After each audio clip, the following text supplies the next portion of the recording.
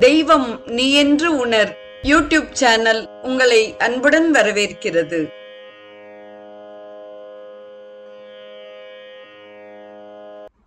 அன்பு உள்ளங்கள் அனைவருக்கும் ஒளிமயமான உற்சாகமான காலை வணக்கம்.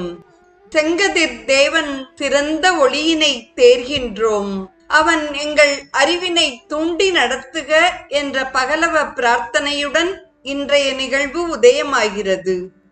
இன்றைய ஸ்ரீ சௌரம் நிகழ்வில் சாம்ப புராணத்தில் சாம்பனுக்கு நாரதர் கூறும் குடை பாதுகை தானம் ஆகியவற்றின் மேன்மைகள் குறித்து நாம் சிந்திக்க இருக்கிறோம்.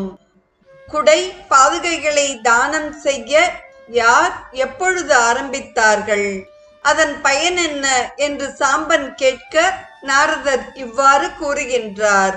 பிருகு வம்சத்தில் பிறந்த ஜமதக்னி என்ற மகரிஷி வில் வித்தையை கற்க ஆரம்பித்தார்.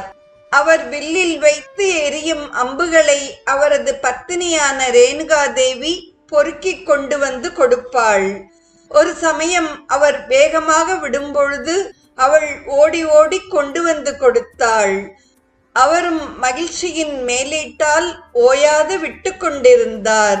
சூரியன் மத்தியான காலத்தில் உச்சியில் இருக்க வெப்பத்தால் மேலும் கீழும் கொதிக்கும் பொழுது விரைவாக அம்பை கொண்டு வா என்றார். வெயிலால் காலும் தலையும் கொதிக்க ஒரு முகூர்த்த காலம் மரத்தின் நிழலில் அமர்ந்து தாமதமாக வந்தாள். முனிவர் சபித்து விடுவாரோ என்ற அச்சத்தால் வியர்வை சொட்ட சொட்ட ஓடோடி வந்தாள். அவளது கஷ்டத்தை உணர்ந்தாலும் முனிவர் கோபம் கொண்டவரை போல் ஏன் இவ்வளவு நேரம் கழித்து வந்தாய் என்றார். தாபத்தால் வாடிய அவள் வேறென்ன கூறுவது? சூரிய தாபத்தால் தாமதித்ததாக கூறினாள். உடனே அவரது கோபம் சூரியனிடம் சென்றது. முனிவர் அம்பை பூட்டி சூரியனை அடிக்க முயற்சித்தார். சூரியன் வேதிய வடிவம் தாங்கி மகரிஷியின் அருகே வந்து, மகரிஷே, ரவி உமக்கு என்ன அபச்சாரம் செய்தான்? ஏன் அவரிடம் கோபம் கொண்டீர்? பூமியில் உள்ள நீரையெல்லாம் கிரணங்களால் இழுத்து அதை மேகமாக்கி 1000 மடங்காக வருஷிக்கிறான். அதனால் எல்லோருக்கும் பிராணனான அன்னம் உண்டாகிறது. சூரியன் உலக நன்மைக்காக தண்ணீரை இழுத்து 7 தீபங்களிலும் மழையாக அளிக்கின்றார். அதிலிருந்து செடி கொடிகள், காய், கனி முதலியவை உண்டாகின்றன. அந்த அன்னத்தினால் குழந்தைகள் உண்டாக அதற்கு ஜாத்த கர்மா முதலிய கர்மங்களை செய்கின்றனர். யஜ்ஞம், தானம் முதலியவைகள் நடக்கவும் மழைதான் காரணமாக இருக்கின்றது. அதனால் சூரியனிடம் கோபம் கொள்ளாதீர் என்றார். முனிவரது கோபம் அடங்கவில்லை. மேலே அம்பை விடவே முயற்சித்தார். மகரிஷே, சூரியன் மிக்க சஞ்சலமாய் சுற்றி கொண்டிருக்க எப்படி நீர் அவனை அடிக்க முடியும் என்று கேட்டார். சூரியன் எப்பொழுது சஞ்சலமாக இருப்பான், எப்பொழுது அசைவற்று இருப்பான் என்பதை நான் ஞானக்கண்ணால் அறிவேன். அபராண்ண காலத்தில் ஒரு நிமிஷம் அசைவற்றிருக்கும் சூரியனை சரத்தினால் அடிப்பேன் என்றார். மகரிஷே, அது உண்மைதான். வில்வித்தையில் சிறந்த நீர் அடிக்கக்கூடும் என்பதையும் அறிவேன். ஆனால் உலக நன்மைக்காக அல்லும் பகலும் உழைக்கும் என்னை நன்கு அறிவீர். உமது எதிரில் வேதிய வேஷத்துடன் நின்று பேசுபவனும் சூரியனே என நன்கு அறிவீர்கள் அல்லவா என்றார். அதை கேட்டு புன்னகை கொண்ட முனிவர் பாஸ்கரனை பார்த்து, நீ செய்வது உச்சிதமானாலும் தாபத்தை அகற்ற வழி என்ன என்று யோசித்து கூறும் என்றார். அவருடைய அந்த கேள்விக்கு சூரியன், தாபத்தை அகற்றிக்கொள்ள பிராமணனுக்கு குடையை தானம் செய், அதனால் இம்மையிலும் மறுமையிலும் தாபம் அகன்று சாந்தி உண்டாகும் என்றார். அன்றியும் சூரியன் முனிவர்க்கு ஓர் குடையையும் 2 பாதுகைகளையும் அளித்து, மகரிஷே, தலையில் உஷ்ணம் வராமல் காப்பது குடை, காலில் உஷ்ணம் படாமல் காப்பது பாதுகை, இவைகளை ஏற்றுக்கொள்ளுங்கள். இன்று முதல் உலகில் குடையும் பாதுகையும் தானம் செய்பவர் சொர்க்கம் செல்வர் என்று கூறி மகரிஷியை சாந்தப்படுத்தி சென்றார்.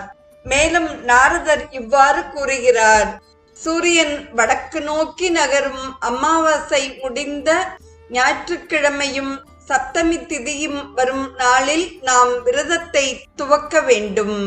முதல் சப்தமியில் அர்க்க பத்திரத்தை ஒவ்வொன்று அதிகமாக பிரதமை முதல் சப்தமி வரை அர்ச்சனை செய்து வர வேண்டும். அன்று முதல் உபவாசம் இருந்தும் அந்த பத்திரங்களையே நாம் உண்ண வேண்டும்.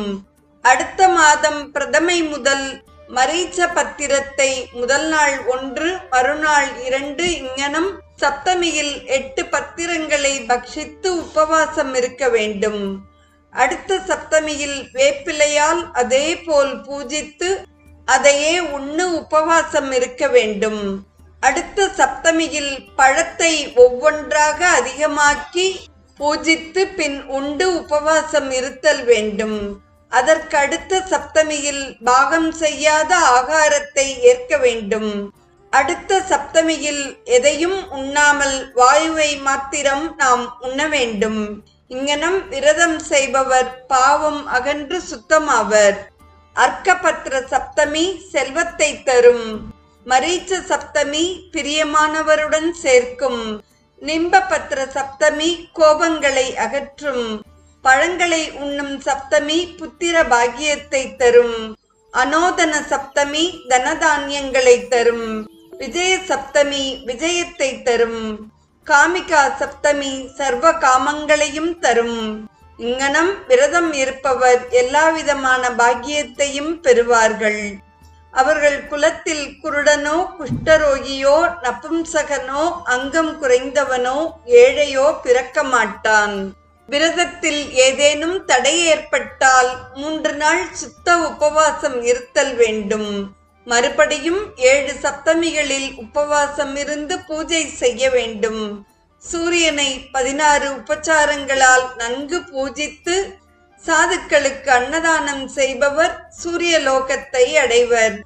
12 சுக்ல சப்தமிகளில் கோமயத்தை மாத்திரம் புஜித்து உபவாசத்துடன் புஜிப்பவரும் யவம், உலர்ந்த சிறகு, பால், ஒருவேளை போஜனம், பிக்ஷாகாரம், ஜலாகாரம் முதலியவைகளை கைக்கொண்டு பூஜிப்பவரும் அக்ஷயமான பலத்தை அனுபவிப்பார்கள்.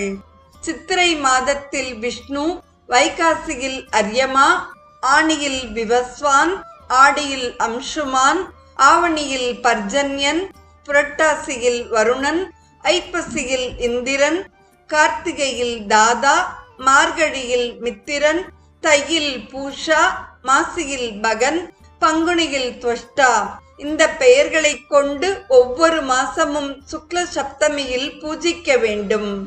விரைவில் அரிய பலனை கொடுக்கக்கூடிய இந்த சப்தமி விரதத்தை பக்தி இல்லாதவனுக்கும் பாவிக்கும் கூறக்கூடாது. சப்தமி விரதத்தை படிப்பவருக்கே சூரியலோகம் கிடைக்குமென்றால் சப்தமி விரதம் செய்பவர்களை பற்றி கூறவும் வேண்டுமோ என்கிறார். நாளைய நிகழ்வில் நாரதர் கூறும் ஜபயஜ்ஞம் குறித்து நாம் சிந்திப்போம். இன்றைய ஸ்ரீ சௌரம் நிகழ்வில் சாம்ப புராணத்தில் குடை மற்றும் பாதுகைகள் தானம் செய்வோரின் பலன் குறித்து நாரதர் சாம்பனுக்கு உபதேசித்ததை செவிமடுத்த அத்துணை நல்ல உள்ளங்களுக்கும் நெஞ்சார்ந்த நன்றி. மீண்டும் நாம் நமது பயணத்தை நாளையும் ஆதவனுடன் தொடர்வோம். தெய்வம் நீ என்று உணர் யூடியூப் சேனலை கேட்டு மகிழ்ந்த நீங்கள் உங்கள் நட்பு வட்டத்திற்கும் பகிர்ந்து தொடர்ந்து உங்களது நல்ல ஆதரவினை சப்ஸ்கிரைப் செய்து வழங்குமாறு அன்புடன் வேண்டுவது உங்கள் அன்பின் விசாலம்.